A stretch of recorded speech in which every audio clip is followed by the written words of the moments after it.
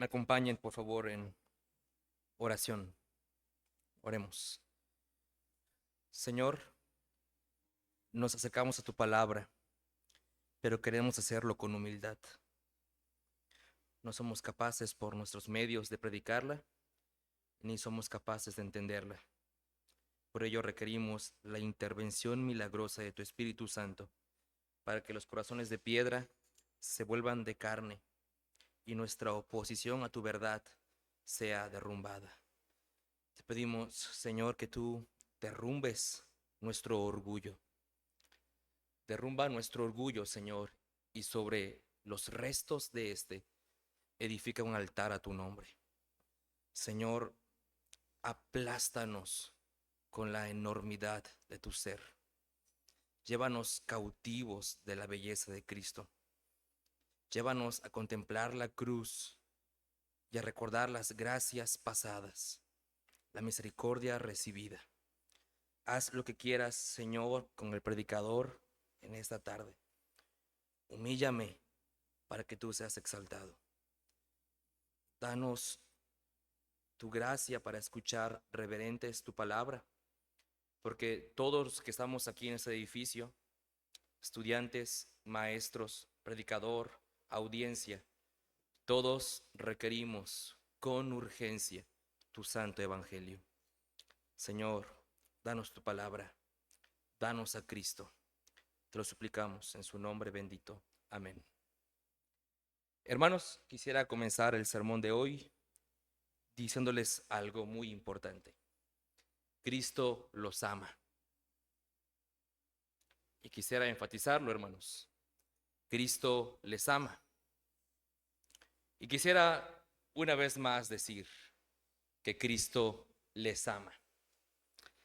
Y justamente esas caras, imagine, caras inamovibles, caras inexpresivas, caras que se preguntan, ya lo sabemos, pastor, se afirman, ya lo sabemos, pastor. Vamos, empiece con el sermón. Mis hermanos, uno de los grandes problemas de la iglesia del siglo XXI es que ha perdido su capacidad de asombro por la persona, obra y excelencia de Cristo. Creo que una de las razones por la que la iglesia se encuentra en el declive en el que está el día de hoy en nuestro país es porque la iglesia contempla a Cristo y se ve así, inexpresiva, inamovible, inconmovible. Cada vez más la cruz y su belleza pierden esplendor para nosotros. Y esto es cada vez más real año con año cuando viene el mes de abril y viene la bendita Semana Santa. Y una vez más comenzamos con el lunes de esto, el lunes de aquello, ni siquiera sé de qué es cada día. Y llegamos así al día donde tomamos pozol, ¿no? El viernes de crucifixión, para oír las 7 palabras una vez más. Y entonces, hermanos, una vez más la iglesia sale de ese viernes poco impresionada y poco atraída por la belleza de Cristo. Mis hermanos, mi deseo el día de hoy es que una vez más contemplemos a Cristo y seamos atraídos por su esplendor. Que una vez más al contemplar a Cristo, nuestro orgullo, nuestro ego, nuestros anhelos y nuestras coronas caigan a sus pies y caigamos rendidos e impactados por su amor. Que su gloria y belleza nos arrolle como un ferrocarril.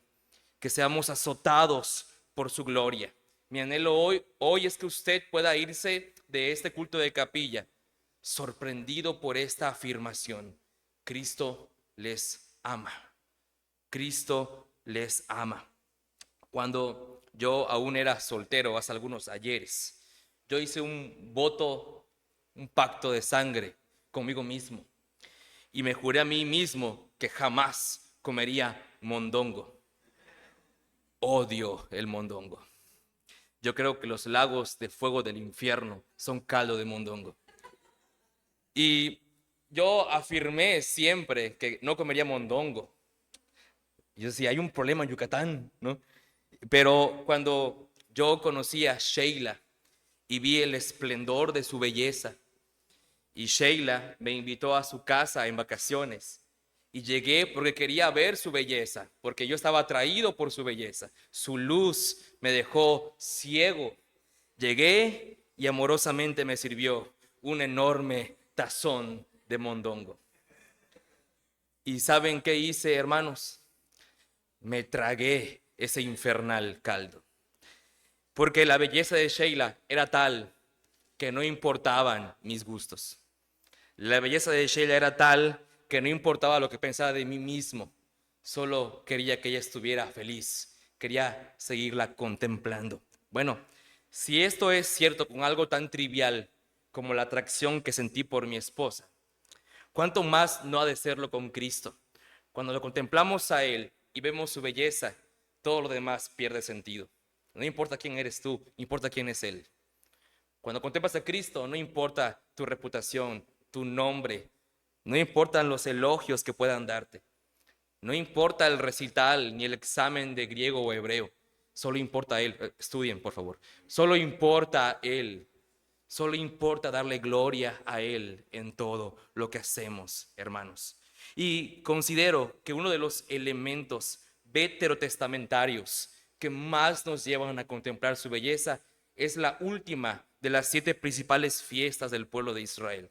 Me refiero a la fiesta del día de la expiación, una fiesta más cristiana que la Semana Santa. Una fiesta más cristiana que la Navidad. Esta fiesta le recordaba al pueblo la belleza, magnificencia y gracia del Señor que los había escogido. Mi anhelo el día de hoy es que tú puedas atesorar en tu corazón la belleza de la salvación que has recibido en el Cordero de Dios. Quisiera que hoy tratemos de ser una vez más abrumados por la belleza de Cristo en este texto, porque déjame decirte que la Biblia no es un libro que debas leer y concluir, ahora sé qué debo hacer. No, la Biblia es un libro que debes leer y concluir, wow, ahora sé qué ha hecho Dios. Ahora sé lo que ha hecho Dios. Y ese es mi anhelo hoy, que estás cautivado por lo que Dios ha hecho. Y lo primero que debemos ver son los elementos de esta fiesta. Yo te pido que tengas tu Biblia abierta allá en Levítico 16. Y debemos en primer lugar ver los elementos constitutivos de esta fiesta. Y lo primero que debía hacer el sumo sacerdote en esta fiesta era purificarse personalmente. Él debía primero lavarse con agua antes de este ritual, y ese lavarse con agua era una purificación ritual, y él debía ponerse las ropas especiales de lino. Y esto, claro, era algo contrastante con las ropas que comúnmente usaba el sumo sacerdote. Y antes de hacer expiación, es decir, sacrificar o hacer sacrificios por el pueblo, él debía ofrecer un becerro como sacrificio por el pecado personal y por su casa, tal y como vemos en el versículo 6 y el versículo 11, lo cual subrayaba que aunque él era el mediador del pueblo, él también era un pecador que requería expiación. Y después de sacrificar al becerro, debía llevar la sangre al lugar santísimo. El lugar santísimo era aquel lugar donde estaba el estrado de los pies del Señor. Ahí estaba el arca del pacto con el propiciatorio, que era aquella tapa, y dentro de ella estaban las tablas de la ley. Ahora, lo interesante es que el lugar santísimo estaba separado en el tabernáculo del lugar santo por un velo. Y sabes, este velo estaba decorado. ¿Sabes con qué estaba decorado? Con seres angelicales. Sí, con querubines. La misma palabra que se usa en Génesis cuando Dios expulsó a Adán y Eva de Edén. Esa imagen de ángeles en el velo era una señal de no entrar. Le recordaba a los israelitas que estaban separados de la presencia de Dios por su pecado, como en Edén. Estaban separados del Señor. Este sumo sacerdote debía purificarse. De hecho, la tradición judía decía que él estaba 7 días separado de su casa para que no estuviera de ninguna manera ceremonialmente sucio o impuro. Luego en esa fiesta se presentaban 2 machos cabríos, 2 animales. Se echaban suertes sobre ellos. Uno sería sacrificado, el otro era para Azazel. Hablaremos de eso un poco más adelante. Bueno, esto eran los elementos más o menos constitutivos. Al final de todo este ritual, que dicho sea de paso, era muy largo y muy cansado para el sumo sacerdote, él terminaba ofreciendo sacrificios finales en señal de consagración. Esto es a grandes rasgos lo que se hacía en el día de la expiación. Pero mi intención es que podamos ver, hermanos, que esta fiesta es altamente cristológica. Es una fiesta que elemento tras elemento tras elemento nos lleva a pensar en Cristo. Y quisiera que viéramos la cristología de esta fiesta. Quiero comenzar con el versículo 3. Con esto entrará Aarón en el santuario, con un becerro para expiación y un carnero para holocausto. Y esto es de suma importancia. ¿Por qué Aarón sí podía entrar? Porque él era el sumo sacerdote y solamente él podía entrar al lugar santísimo para ofrecer holocaustos, lo cual claramente es explicado luego en Hebreos capítulo 4 versículo 14, donde el autor de Hebreos nos dice: por tanto, teniendo un gran sumo sacerdote que traspasó los cielos, Jesús, el Hijo de Dios, retengamos nuestra profesión. Hermanos, Jesús es nuestro sumo sacerdote. La tarea del sumo sacerdote era básicamente ser un intermediario entre Dios y el pueblo. Mientras que el profeta le hablaba al pueblo en nombre de Dios, el sumo sacerdote le hablaba a Dios en nombre del pueblo. Era un intercesor. Y este sumo sacerdote representaba al pueblo traspasando, entrando entre el velo, traspasaba el velo para entrar al lugar santísimo. Cristo no traspasó un velo, Él traspasó los cielos. Él es nuestro gran intercesor delante del Padre. Pero quisiera que noten algo más. Aarón, el sumo sacerdote, ministraba diariamente con un tipo de ropa muy específica. De hecho, en Éxodo vemos la descripción de la ropa del sumo sacerdote y era espléndida. Tenía láminas de oro incluso en la frente, piedras preciosas en el pecho. Pero en el día de la expiación, él debía despojarse de estas ropas y debía colocarse otro tipo de ropa. Vean el versículo 4. Se vestirá la túnica santa de lino, sobre su cuerpo tendrá calzoncillos de lino y se ceñirá el cinto de lino y con la mitra de lino se cubrirá. Son las santas vestiduras. Con ellas se ha de vestir después de lavar su cuerpo con agua. ¿Sabes qué está escribiendo aquí a Moisés? ¿Sabes qué tipo de ropa es esta? ¿Sabes quién se vestía así en los tiempos del Antiguo Testamento? Una clase particular de siervos. La ropa que debía ponerse Aarón era la ropa de un siervo humilde. ¿No es acaso, mis hermanos, una hermosa anticipación del Rey humilde que vendría a salvarnos de nuestro pecado? ¿No acaso Cristo se despojó de sus ropas reales? ¿No se aferró a su posición como Dios? Él se despojó, se desvistió. ¿No acaso Cristo murió despojado de ellas en la cruz del Calvario? Pero además, vean la parte final del versículo 4. Con ellas se ha de vestir después de lavar su cuerpo con agua. Y si van ahí hasta el versículo 24, lavará luego su cuerpo con agua en el lugar del santuario. Había un proceso en el que Aarón debía lavarse al menos 2 veces. Algunos debaten que eran más, pero la idea era la de purificar su cuerpo. Aarón debía purificarse. Jesús no debía lavarse, Él fue quien nos lavó. Él no debía lavarse. Hebreos 7, 26 y 27, porque tal sumo sacerdote nos convenía santo, inocente, sin mancha, apartado de los pecadores y hecho más sublime que los cielos, que no tiene necesidad cada día, como aquellos sumos sacerdotes, de ofrecer primero sacrificios por sus propios pecados y luego por los del pueblo, porque esto lo hizo una vez para siempre, ofreciéndose a sí mismo. Nuestro sumo sacerdote Cristo no requería purificarse. Jesús era puro en todo. Y solamente un sumo sacerdote así podía presentarse delante del Dios Santo y ofrecer el último y aceptable sacrificio. Si él no era puro, no podía estar delante de Dios. Aarón debía purificarse delante de Dios, pero Jesús no lo requería. Él era y es eternamente perfecto y sin pecado. Pero otro elemento que nos anuncia a Cristo en este texto, y creo que lo hace aún con mayor claridad, son los animales ofrecidos. Uno era sacrificado y otro era enviado al desierto. Versículos 8 y 9. Y echará suertes Aarón sobre los dos machos cabríos, una suerte por Jehová y otra suerte por Azazel. Y hará traer a Aarón el macho cabrío, sobre el cual cayeron las suertes por Jehová, y lo ofrecerá en expiación.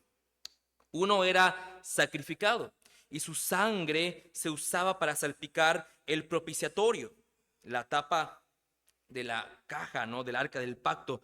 Ese era el lugar llamado propiciatorio, que estaba en el lugar santísimo. Este ritual, hermanos, era una purificación del lugar donde moraba Dios. Era una forma de decir: alguien ha pagado por las impurezas del pueblo. Alguien derramó su sangre por el pueblo. Miren, hermanos, y esto es vital, porque nunca debes creer que la salvación consiste en que Dios simplemente pasó por alto los pecados pasados. Eso no es todo el evangelio. Si tú crees que Dios, simplemente pasó por alto nuestros pecados sin castigarlos, tú estarías reduciendo el evangelio. El evangelio que hoy se predica es un evangelio hippie, de amor y paz, de un Dios que solamente quiere ser buena onda con los pecadores. No, Dios sigue exigiendo tus obras. ¿Sabías eso? Dios sigue esperando tu santidad, pero eres incapaz de hacerlo. Por ello, alguien vino a obedecer en tu lugar. Alguien pagó nuestra deuda. Alguien fue azotado en la cruz. En esta vida no hay ni un solo pecado que quede sin castigo. El pecado de los impíos e incrédulos será castigado en ellos mismos. Nuestros pecados fueron castigados en Cristo. Fueron castigados en Cristo. Así que sacrificado, sí, tenemos acceso a la presencia de Dios por medio de su sangre que nos purifica y nos lava. No son tus obras, tu tarjeta de acceso a Dios, sino la sangre de Cristo. Pero el segundo animal era para Azazel.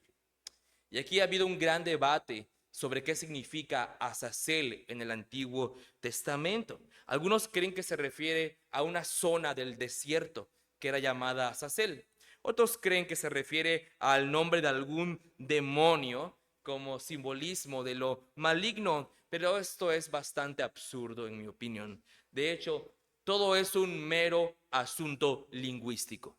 La palabra Azazel es una palabra compuesta de dos palabras hebreas, que son la palabra cordero y quitar. El cordero quitado, el cordero cortado, el cordero expulsado.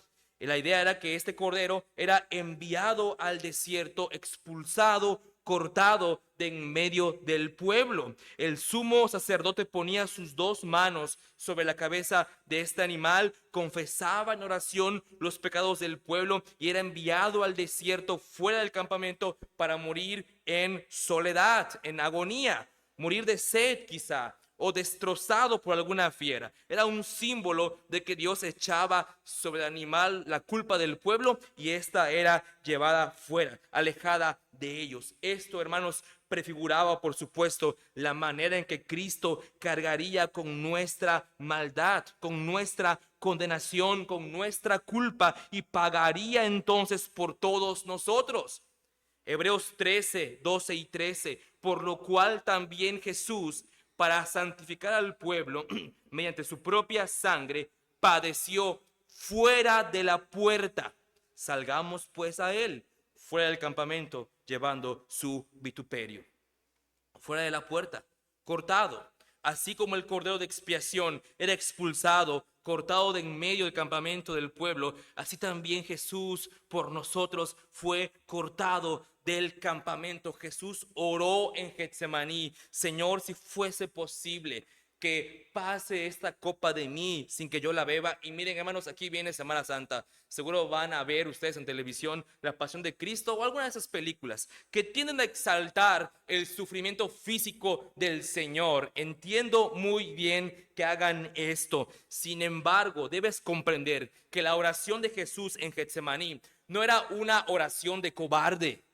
Algunos creen que Jesús tenía miedo a la aflicción que iba a padecer en los clavos y la cruz. No, ¿cómo es posible? Los discípulos murieron valientemente por el evangelio. ¿Cómo el maestro se estaba acobardando ahora?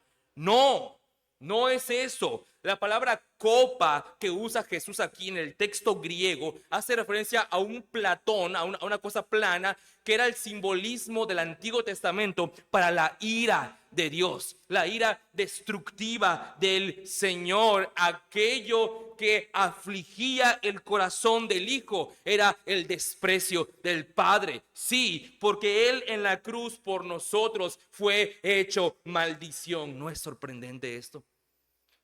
¿No es sorprendente esto? Él cargó con la ira del Señor.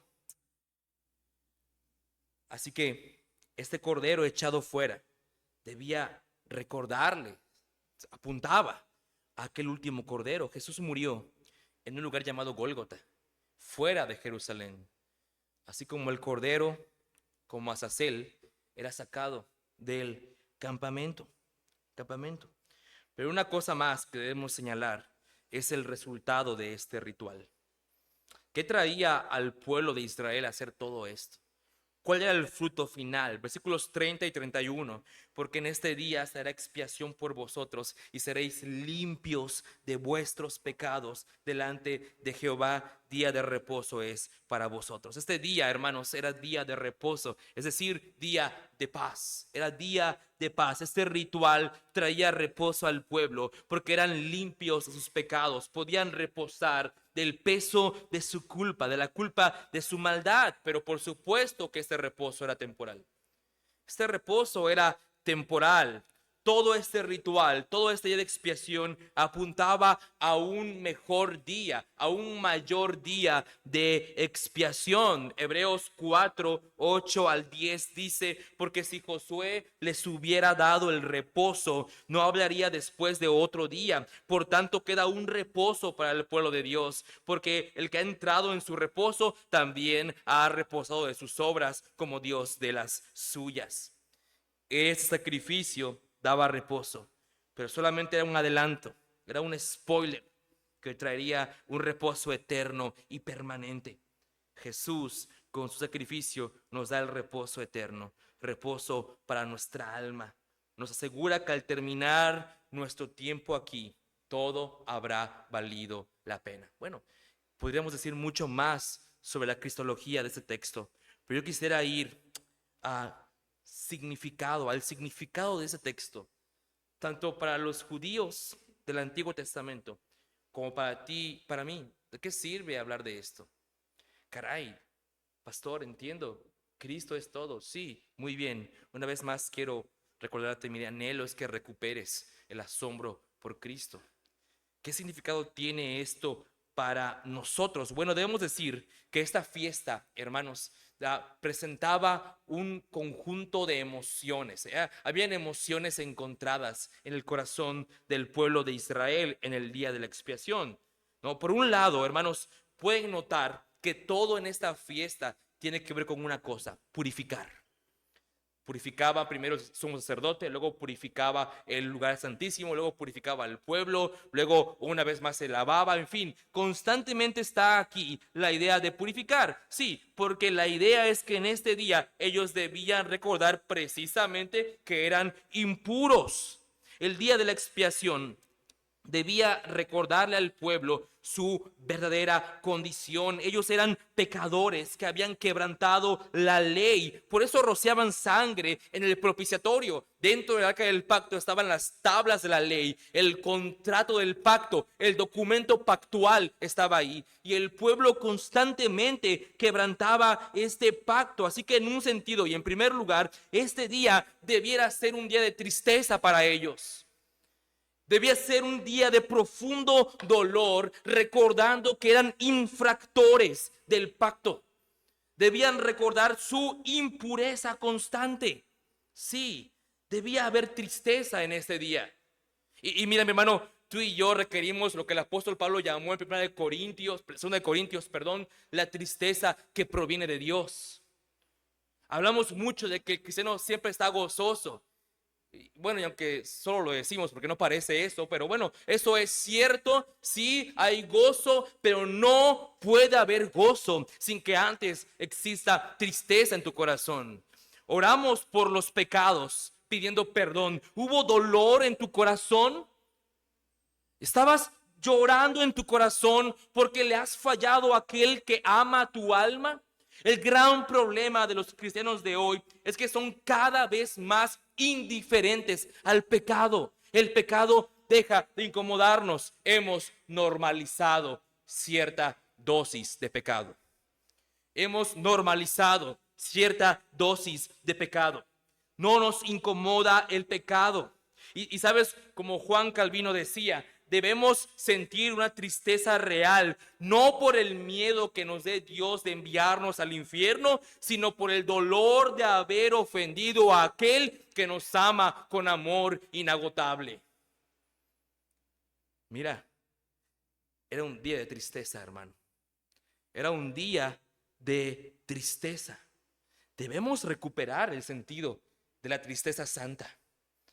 El dolor por quebrantar la ley del Señor. Sí, en primer lugar era un día de tristeza y dolor, pero además este día era un día de gozo. Vean los versículos 30 hasta el 31 en su primera parte. Porque en este día se hará expiación por vosotros y seréis limpios de todos vuestros pecados delante de Jehová, día de reposo para vosotros. Al sentir el dolor por su pecado, al considerar la miseria de su condición, debían recordar que Dios estaba proveyendo de un camino por el cual podrían acercarse a Él.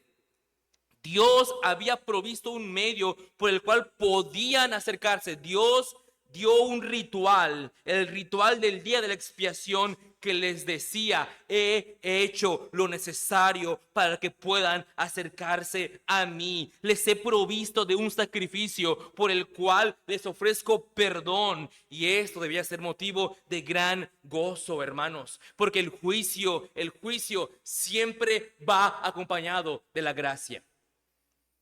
En toda la escritura siempre hay juicio y gracia. Es la dinámica del evangelio. No podemos predicar gracia sin juicio, ni juicio sin gracia. Es la dinámica del evangelio. Y aquí está una vez más esta dinámica. Dios siempre está proveyendo sustitutos. Piénsalo por un momento. Dios le dijo a Abraham: ofréceme a tu hijo, al único. Y Abraham lo hizo. Imagina la escena: Abraham caminando con su hijo Isaac, llevando la leña encima de sus hombros, el pequeño, y preguntándole a su padre: Padre, he aquí todo lo necesario para el holocausto. ¿Dónde está el cordero que habremos de sacrificar? Y las increíbles palabras de Abraham: Dios proveerá. En hebreo dice: Dios se proveerá a él mismo. Este texto no es para cuando no alcanza la quincena. Ese texto no es para cuando abres tu refri y solo hay una jarra de agua y un limón seco. Este texto hace referencia a que Dios proveerá algo más valioso que comida y que dinero. Sí, llegar a aquel lugar y Abraham está listo para ofrecer a su hijo. Y entonces escucha la voz del Señor: detente, alza la mirada. Y entonces ve a un cordero atorado de un zarzal por los cuernos, lo toma y lo sacrifica en su lugar. Abraham habló cual profeta. Dios se proveyó un cordero, un sustituto que murió en lugar de Isaac. Y tú puedes cerrar el telón y abrirlo nuevamente y avanzar hasta Gólgota. Y ahí va otro hijo, sí, cargando leña sobre los hombros, el travesaño de una cruz, caminando hacia otro monte llamado Gólgota. Sí, no levantado en un altar de piedra, sino levantado en una cruz. Pero la diferencia es que esa voz que detuvo la mano de Abraham en el Antiguo Testamento no lo hizo en el Nuevo. Al contrario, él empujó la daga hacia su corazón. Wow.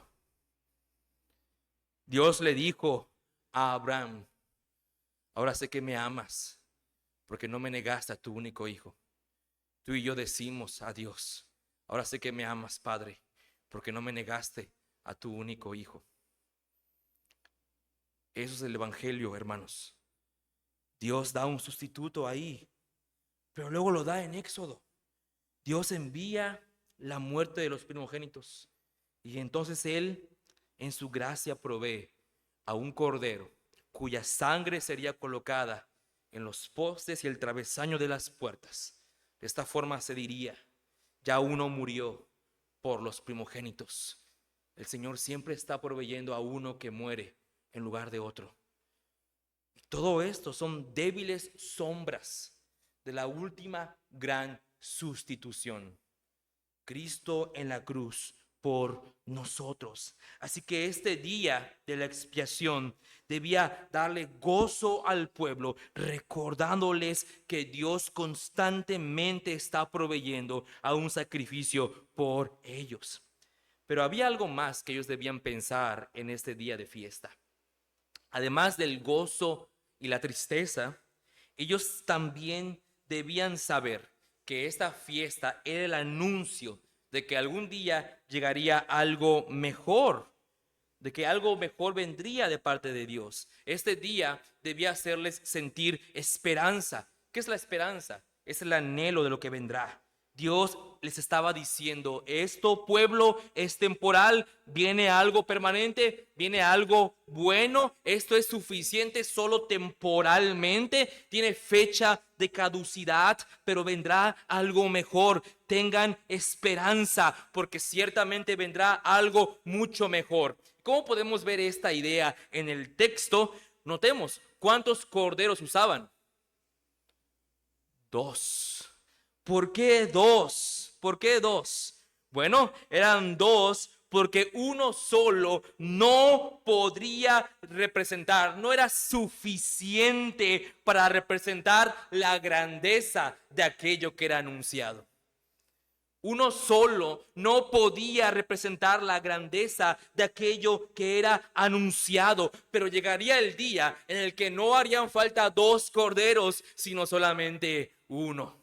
Solamente uno más. En Juan 1, Juan el Bautista ve a Jesús llegar y él dice: he aquí el Cordero de Dios que quita el pecado del mundo. Juan tenía en mente el día de la expiación: quitar Azazel, quitar, cortado, echado fuera. He aquí el Cordero de Dios que echa fuera el pecado del mundo. Este Cordero sí era suficiente. El ritual de expiación anunciaba que algo mejor, algo perfecto, algo completo llegarían y debían tener esperanza. Pero algo que acentúa, que remarca esta esperanza, es la idea de la repetición. Versículo 34.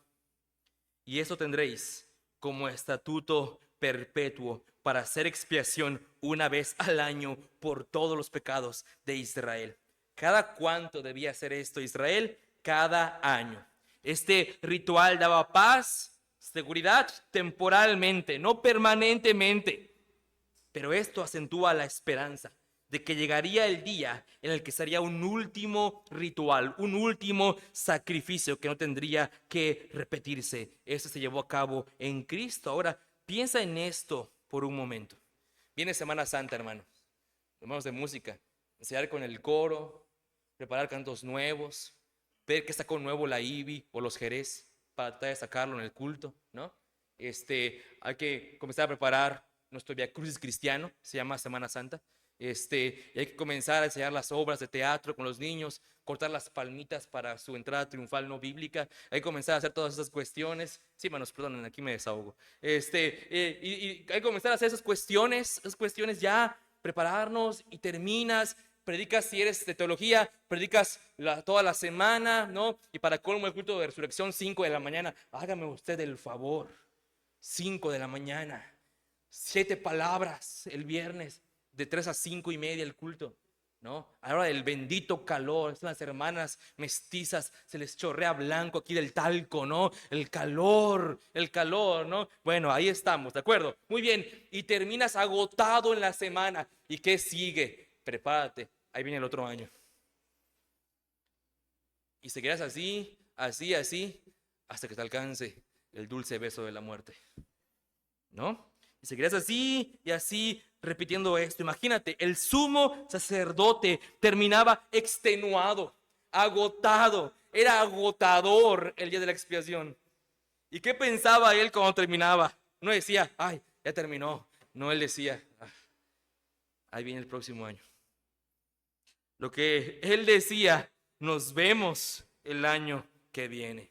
Sí, estaban terminando este ritual, pero ya estaban pensando en el siguiente. Pero ¿sabes qué hizo? ¿Qué dijo nuestro sumo sacerdote? Él no dijo, nos vemos el año que entra. Él gritó, tetelestai, consumado es, se acabó.